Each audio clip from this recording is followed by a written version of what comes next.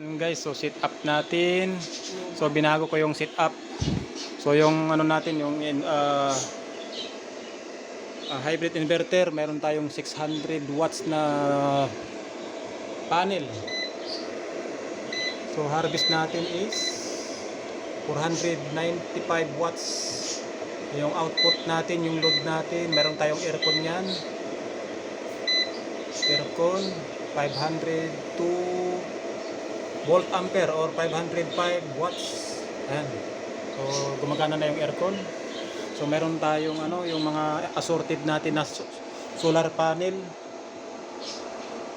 So siniparit ko na lang, nilagyan ko na ibang sariling solar charge controller. Ayan, so meron tayong 64.1 volts sa assorted panels. So 15 amperes yung ating charger. Ayan. So ayan, na-connect na. So siniparit ko na. So mamaya pag nagkaroon ng kuryente, ibarina ko yan. Ayan. Ayan. Tingnan natin yung aircon. So gumagana yung aircon natin doon sa loob. So yung aircon umaandar, naka-on.